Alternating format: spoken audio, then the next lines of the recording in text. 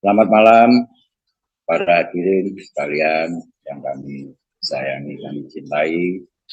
Terima kasih atas kehadiran saya di malam hari ini akan memberikan kesaksian dalam umur saya yang hampir 51 tahun ini tentang kesaksian saya.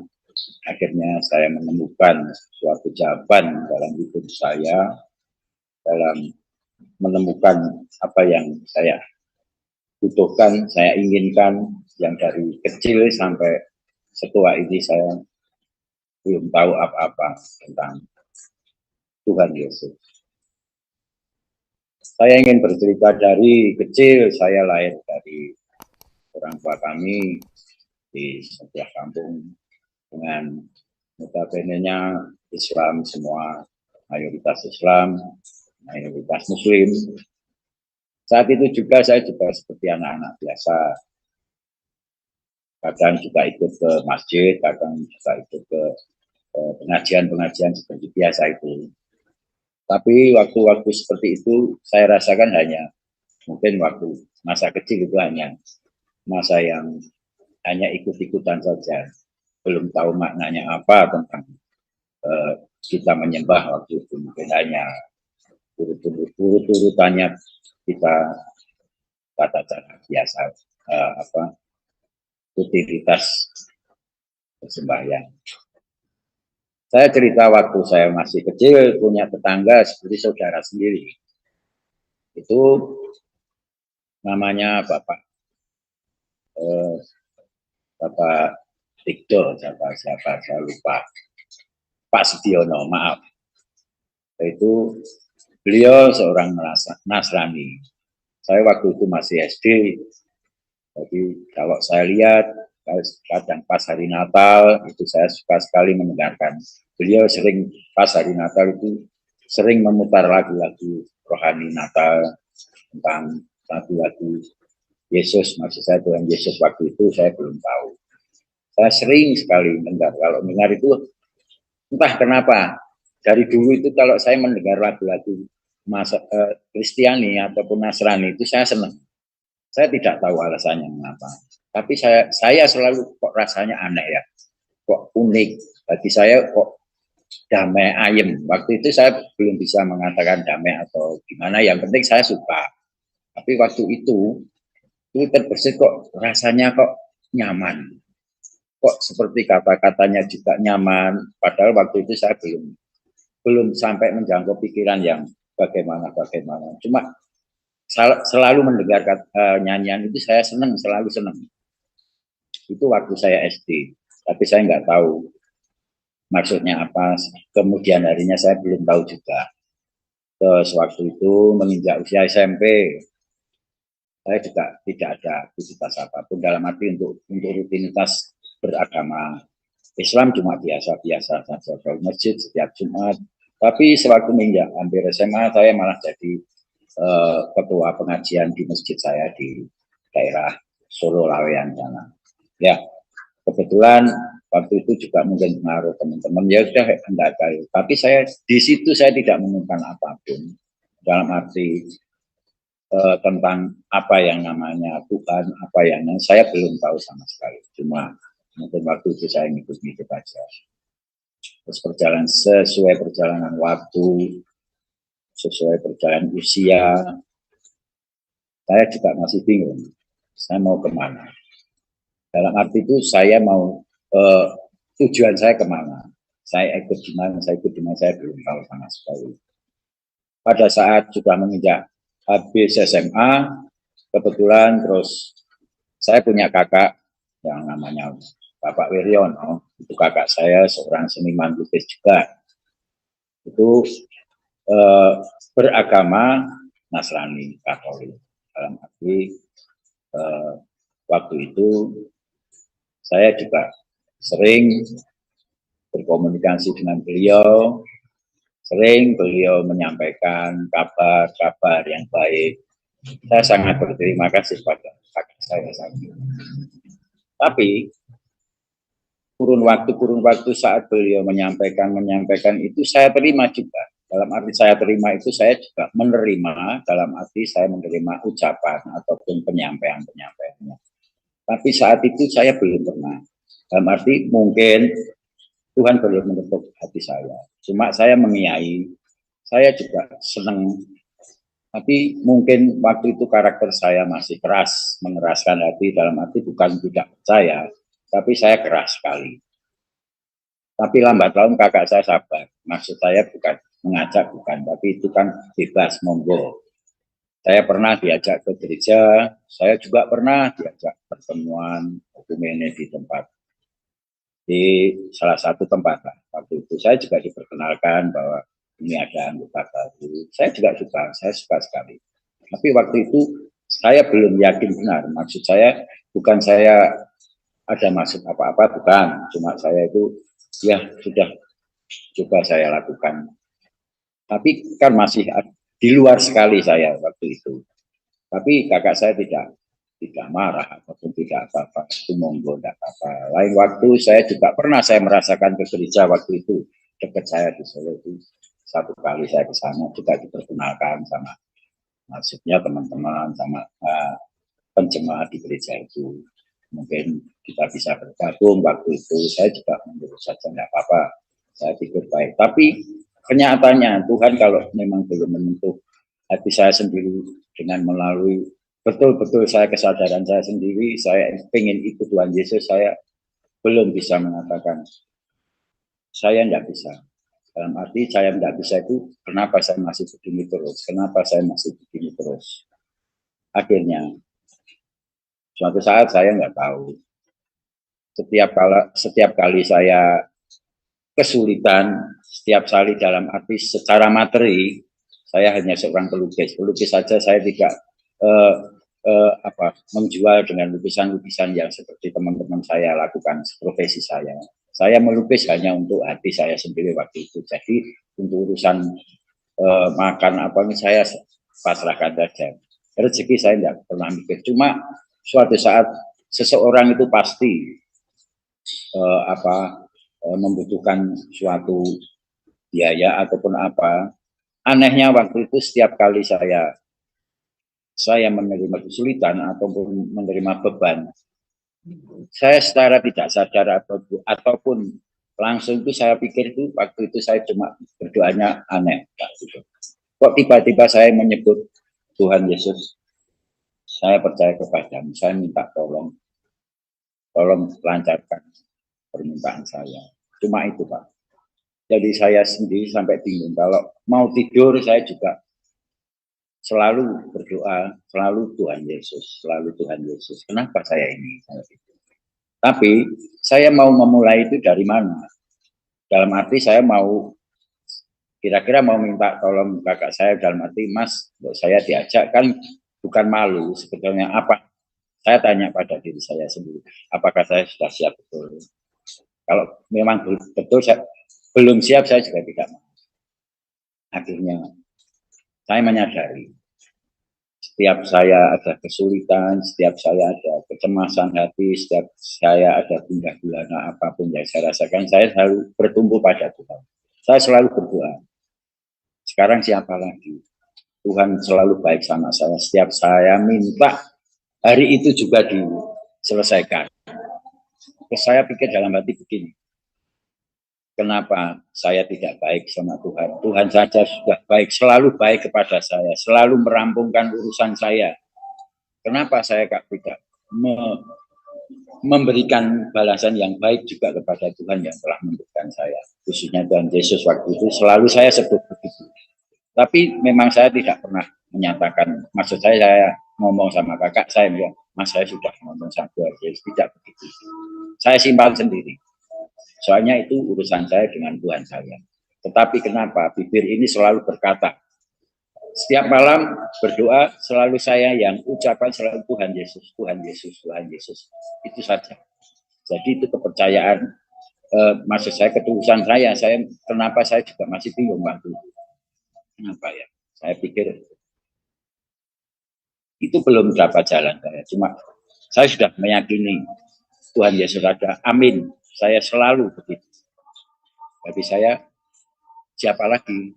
saya umur sekian gini mau kemana lagi, tujuan hidup saya, tujuan harapan saya nanti ke sana kemana, kalau kita sudah berpulang mau kepada siapa.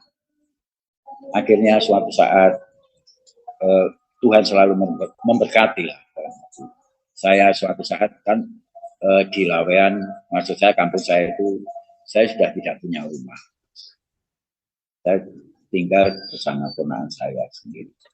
Tetapi saya yakin, saya mempunyai keputusan sendiri. Saya yakin nanti ada Tuhan. Saya punya pegangan Tuhan. Pasti saya diberkati. Saya selalu begitu. Benar juga. Suatu saat ada teman dari orang, maksudnya teman saya yang Nasrani juga kebetulan ke rumah saya. Terus ngomong, Pak, kalau saya ini tidak maksud saya tidak menyinggung perasaan jenengan mau enggak kalau suatu saat menjaga suatu rumah dalam arti berkah yang kami butuhkan. Waktu itu saya juga tidak mikir apapun, langsung mau. Sampailah saya ke tempat sebuah sanggar. Di sini saya dipertemukan sama orang-orang ketua kita juga sedang masalah. Saya di situ sudah boleh kalian saya mengabdi di situ. Dalam hati itu saya menjaga dan merawat sebuah yayasan yang bernama Teosofi Sanggar Solo di sebelah sini sampai hari ini. Tapi di saat menjalankan semua aktivitas itu saya tidak ada rasa beban apapun. Soalnya saya sudah senang, saya sudah cocok sekali. Saya selalu berdoa kepada Tuhan. Itu yang saya ucapkan. Tuhan Yesus, terima kasih. Kamu telah berikan segala yang aku inginkan dalam hidup ini, Tuhan. Maaf, saya sudah kuat. Kenapa Engkau baik sekali, Tuhan? Tuhan, aku tidak tahu, Tuhan. Kenapa Engkau baik sekali tentang saya, Tuhan? Terima kasih, Tuhan. Itu yang saya bisa ucapkan setiap hari, setiap waktu. Tapi harus kemana saya menemukan Engkau, Tuhan?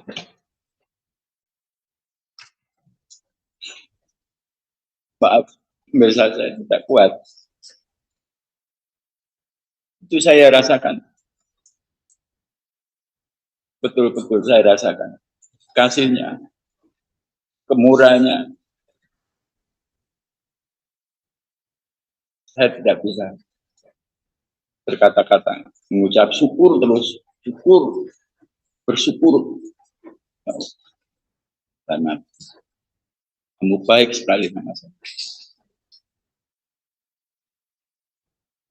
Ya, gitu. Setelah saya jalani selama 1 tahun saya di Teosofi, tiba-tiba tidak tahu di sanggar kita akan diadakan semacam kegiatan rutinitas sanggar yang positif tentunya. Kebetulan ada seorang ibu baru kenal, baru kira-kira ya 1 bulan dalam pertemuan setiap hari ada acara kejawen dalam arti kejawen budaya mau coba. Saya juga belum mengenal beliau. Waktu itu saya belum mengenal, hanya tugas saya menyediakan propertinya, maksudnya minuman. Saya belum kenal beliaunya. Lambat laun saya kenal, terus beliau datang kepada saya. Datang dan kita bercakap-cakap. Saya ditanya sama beliau, Ibu Maria namanya. Saya ditanya dalam hati, Mas Siti memeluk agama apa? Dalam arti tanya, bukan mau gimana. Saya bilang sama Ibu Maria, saya kalau dalam kegiatan biasa saya tidak ada memeluk apa-apa, Mbak. Tapi saya punya Tuhan sendiri, Mbak. Dalam kepercayaan saya punya. Tapi Tuhan Gusti saya sendiri. Tapi saya belum berani waktu ketemu Ibu Maria itu menyebutkan saya punya Tuhan Yesus, belum berani. Tapi dalam hati saya sudah mengucapkan berulang kali. Terus akhirnya Bu Maria bilang, Mas Ebi, kalau kamu betul-betul ingin, maukah kamu saya kenalkan Tuhan Yesus dalam arti yang sesungguhnya untuk bisa mencerahkan hidup Mas Ebi, damainya Mas Ebi dalam hati, supaya kita bisa sama-sama diberikan harapan yang pasti. Seketika itu juga hati saya langsung tersentuh.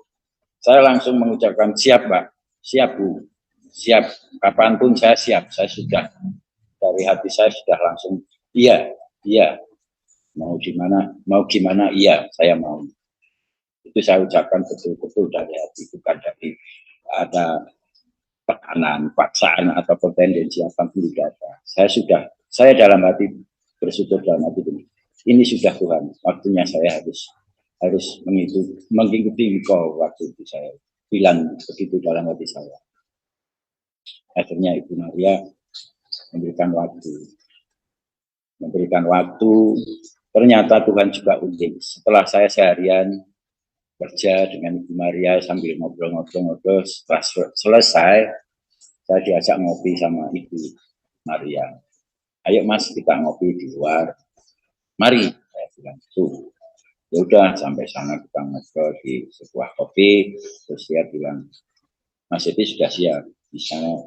Maaf, maksudnya itu Bu Maria bilang gitu, maaf, ini kalau Mas Ebi mau dan ikut dengan jalan yang benar, dengan pencerahan hidup Mas Ebi mau kita berikan pencerahan. Iya Bu, saya sudah siap.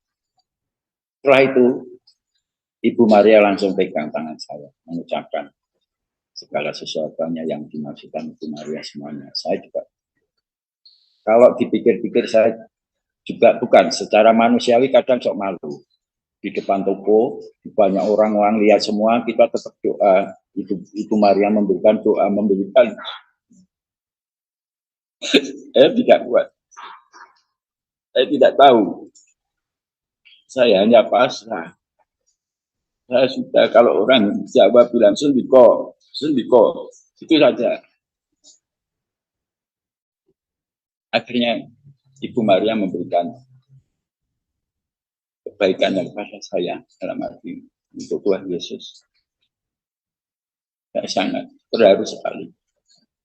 Saya merasa plong waktu itu. Saya nyaman sekali. Tapi saya merasa jelas gitu. Ya Tuhan, ternyata Engkau baik sekali pada saya. Saya dituntun untuk di pertemuan dengan Ibu Maria yang sebelumnya saya baru kenal saja. Saat ini waktu ya sudah Tuhan, saya sudah pasrah, sesuai kehendak-Mu saya manut, monggo. Saya bilang begitu. Akhirnya ya, saya mau menerima itu gimana.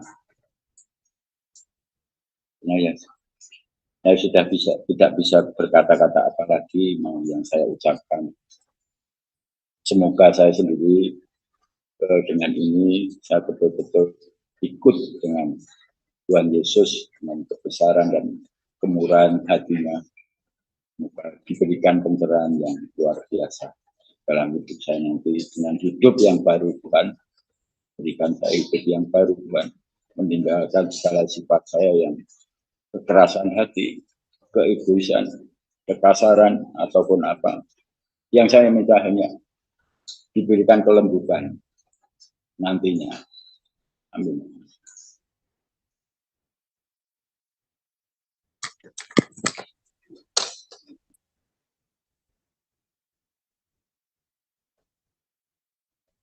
Iya. Terima kasih. Iya, Pak Happy, Mas Happy mungkin bisa ceritakan sedikit ya, supaya lengkap tentang lukisan itu, kapan dilukis, tahun berapa, Dan mengapa menggambar atau melukis Yesus disalib? Oh iya, baik saya lupa Pak. Iya, tahun 2020 ketika itu saya nggak tahu. Tiap hari saya juga kadang ketemu kakak saya, diberikan kabar-kabar yang menyejukkan hati saya. Tapi saya waktu itu memang saya utarakan seperti yang tadi Pak. Saya belum begitu, bukan tidak percaya, tapi belum begitu meninggal. Tapi semua sudah masuk dalam hati saya.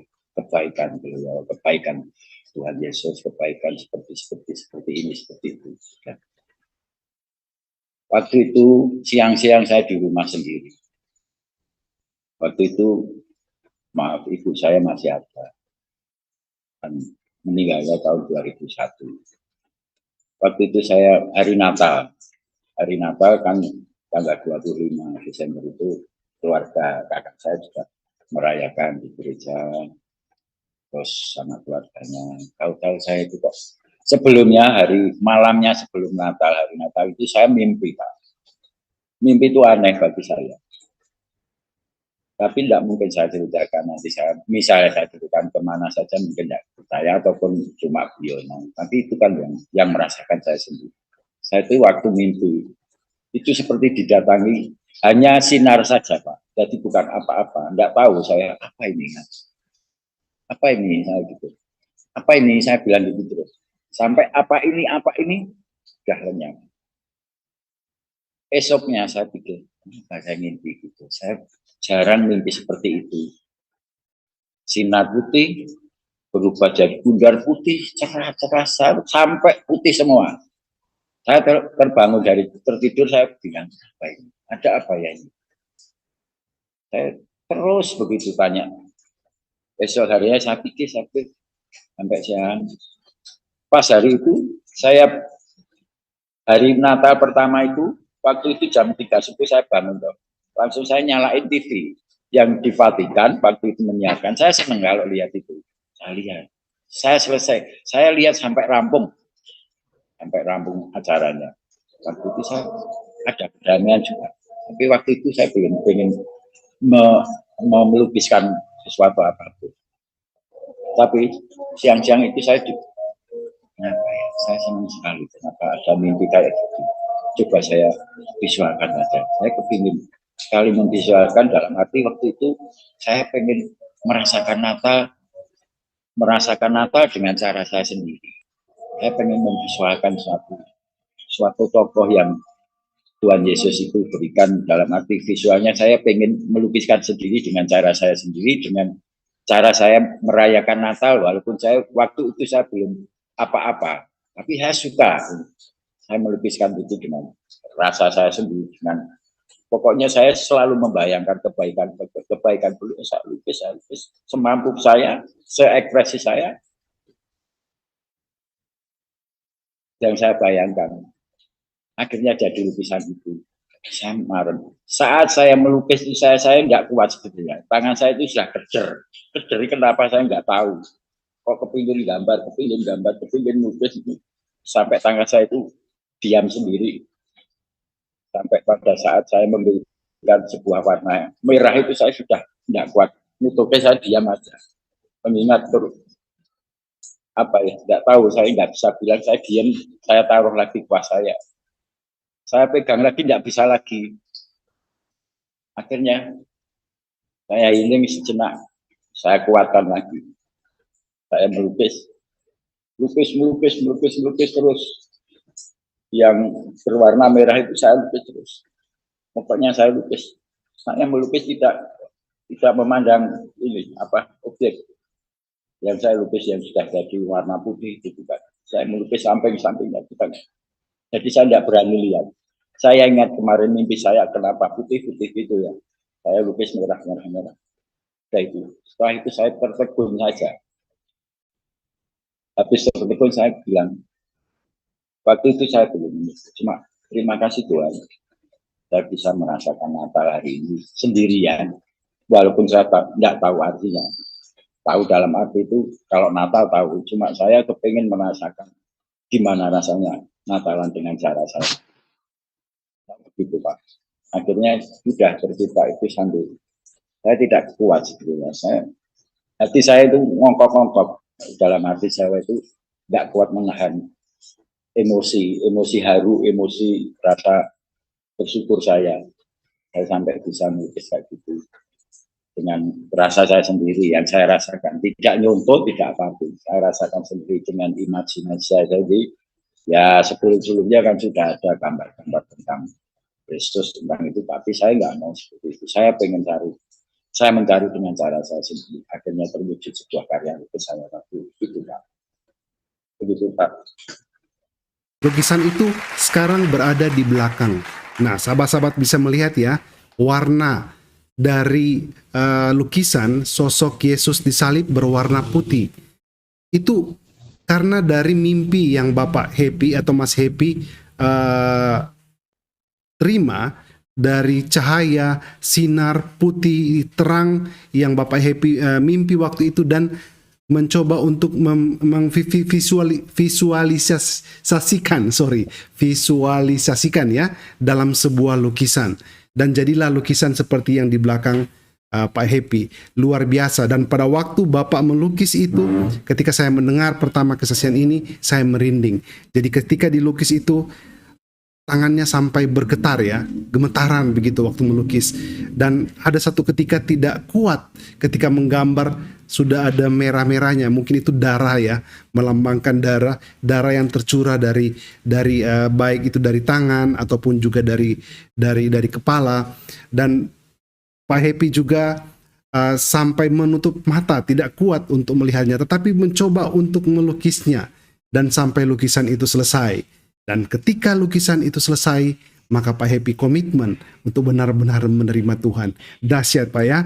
Jadi inilah karya Bapak, seorang Pak Happy, seorang seniman, pelukis yang mencoba untuk visualisasikan dari mimpi itu menjadi satu lukisan yang begitu indah, yang berwarna putih cerah dan mengkilat.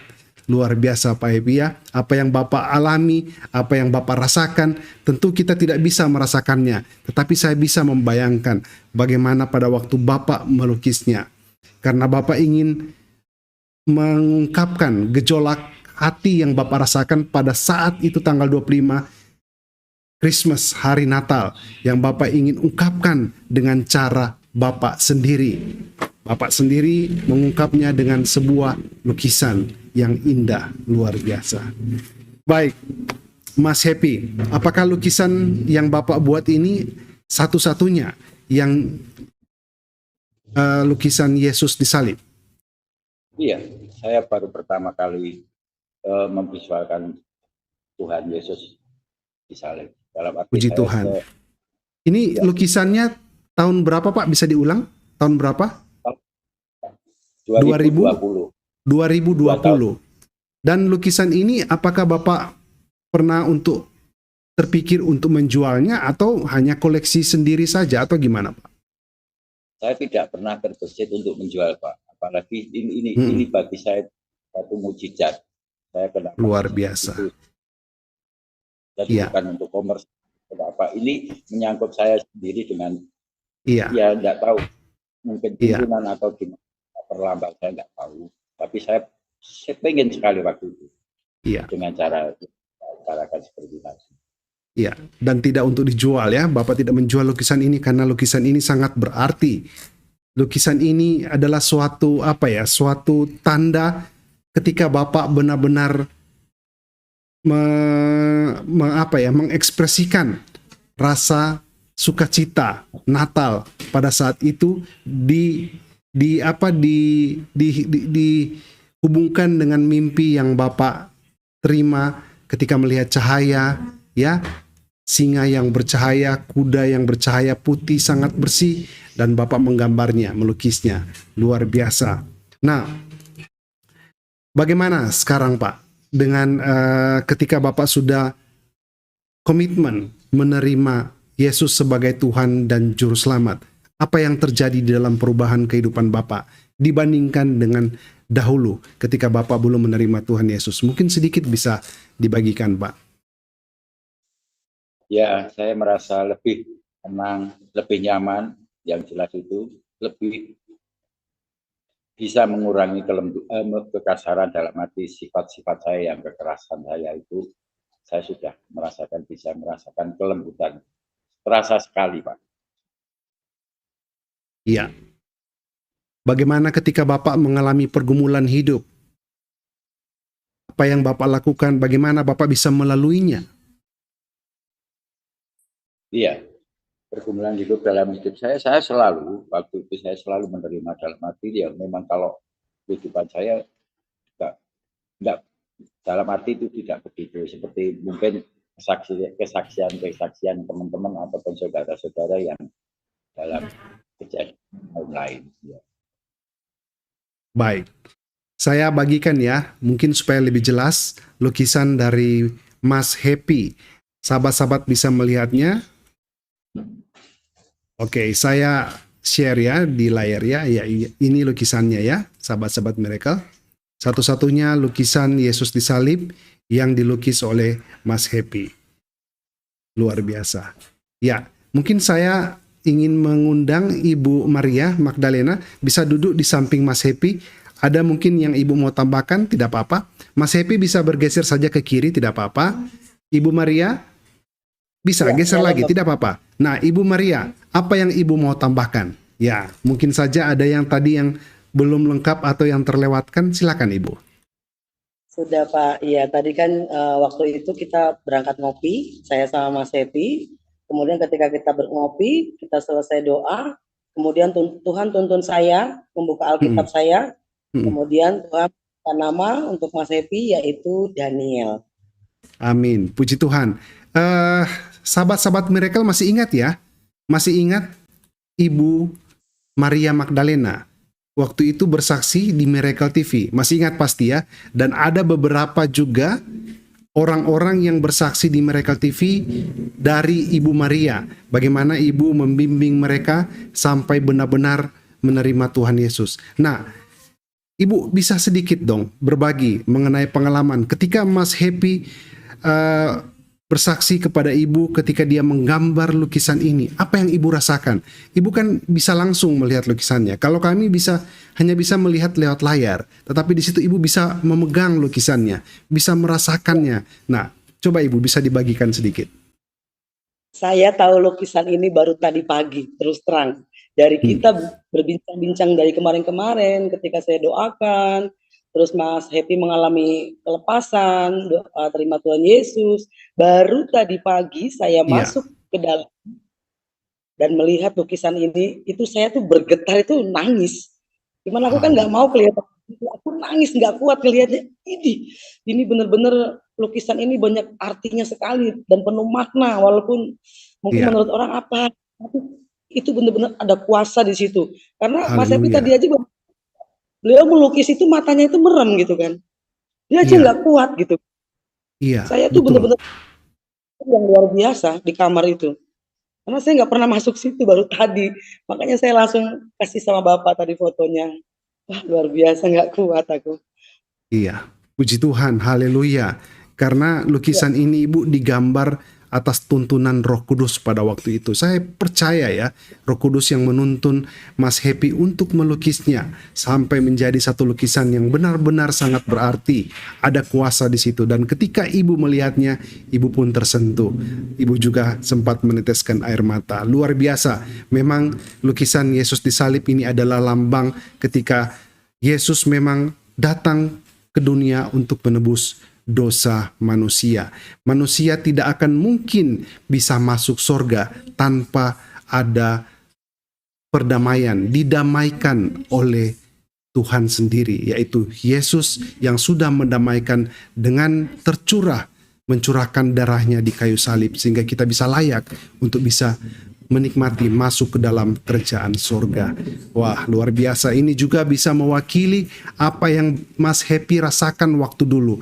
Bagaimana kalau tidak mengalami perjumpaan atau tidak mengalami kebaikan kemurahan Tuhan, atau bagaimana Mas Happy kalau tidak ditebus dosanya, maka tidak akan ada keselamatan Mas Happy ya. Tetapi dengan hikmat yang diberikan, yang dibimbing oleh Ibu Maria dengan firman Tuhan, sehingga Mas Happy bisa merasakan di balik lukisan ini adalah pengorbanan Yesus yang luar biasa untuk menyelamatkan kita, umat manusia, sehingga bisa masuk ke dalam kerajaan surga. Luar biasa ya. Baik. Wow, saya masih mau mendengar lagi sebenarnya ya. Kalau saya dekat tinggal dengan Mas Happy, saya mau lihat lukisannya. Dan mungkin saya mau beli lukisannya. Wah, luar biasa. Nah, apalagi yang mau ditambahkan, Ibu Maria? Mungkin masih ada lagi yang mau ditambahkan sebelum kita bergeser ke tamu-tamu yang lain? Sampai nggak bisa berkata-kata lagi. Cukup ya? Iya, Menyelamatkan. jadi tahun 2020 Haleluya. itu resminya Mas Happy menerima Tuhan Yesus. Betul ya? Tahun 2020. Iya, dan dibimbing oleh Ibu Maria sejak tahun 2021 atau 2022 ini, Ibu? Belum ada 2 minggu Bapak ketemu saya. Belum ada 2 minggu ya ketemu. Wow, luar biasa Ibu Maria ya. Iya, iya. Baru 2 minggu membimbing dan akhirnya Mas Happy bisa lebih benar-benar percaya Tuhan Yesus dan serahkan jiwanya kepada Tuhan. Luar biasa. Ya, saya coba menyapa dulu ya, Ibu Maria bisa kembali ke, atau biar nggak apa-apa, duduk aja berdampingan dengan Mas Happy, nggak apa-apa Ibu Maria. Saya mau coba tanya dulu kepada Pak Agus mungkin yang ada di Zoom, yang mungkin ingin berbagi, silakan. Pak Agus, silakan hidupkan mic. Nah, puji Tuhan. Kita berikan dulu kesempatan kepada Pak Agus ya. Baik, silakan Pak Agus. Shalom, selamat malam. Terima kasih Pak Franky atas Ya. kesempatannya. Sama-sama Pak. Terima kasih Pak Epi, kesaktiannya yang luar biasa. Terima kasih juga pada Ibu Maria yang sudah menjadi saluran berkat buat Pak Epi. Jujur, nggak semuanya bisa mengalami seperti ini. Memang cara Tuhan itu beda-beda ya, untuk menyelamatkan umatnya. Ada yang lewat mimpi, ada yang lewat kesaksian, ada yang lewat mujizat. Tapi buat Pak Epi ini luar biasa. Tidak semuanya orang mendapatkan mimpi seperti itu sampai bisa melukis itu luar biasa. Itulah cara Tuhan untuk menguatkan iman Pak Epi agar semakin ingat. Inilah pengorbanan Tuhan Yesus. Belum ada pemimpin yang bisa mengorbankan nyawanya. Bahkan pada saat disalib aja bisa mengatakan pengampunan. Ya Bapak, ampunilah mereka karena mereka tidak tahu apa yang mereka perbuat. Itulah perkataan Tuhan Yesus. Jadi sedosa apapun Tuhan tetap mengampuni. Ini sengaja Tuhan memberikan jalan mimpinya kepada Bapak Ipin agar Bapak Ipin semakin kuat bahwa hanya Tuhan Yesuslah juru selamat. Jadi pegang erat-erat kepercayaan itu, jangan dilepaskan. Hanya di dalam nama Tuhan Yesus kita mendapat keselamatan. Jangan abaikan keselamatan yang sudah diberikan. Ya, ini aja tambahan dari saya. Terima kasih, Tuhan Yesus memberkati. Bagaimana Mas ke depannya pelayanan dari Mas Happy? Apakah saat ini Mas Happy ada terpikirkan untuk melayani lebih jauh lagi? Mungkin melakukan penginjilan atau bersaksi kepada banyak orang melalui mujizat yang Mas Happy terima. Dengan lukisan yang ada di belakang, mungkin Mas Happy juga bisa berbagi kesaksian yang lain. Atau adakah rencana-rencana ke depan Mas untuk memuliakan nama Tuhan? Iya, pasti Pak, pasti. Itu akan saya lakukan Pak. Dengan saya sudah menerima Tuhan Yesus sebagai junjungan saya, pasti. Tapi tidak tahu nanti kemana arah saya dibimbingnya nanti. Pasti Ya, Pak. pasti ya, puji Tuhan. Pasti Tuhan akan berikan hikmat, Roh Kudus akan menuntun langkah Bapak jika memang untuk lebih jauh dan lebih untuk mau menjangkau jiwa-jiwa yang baru.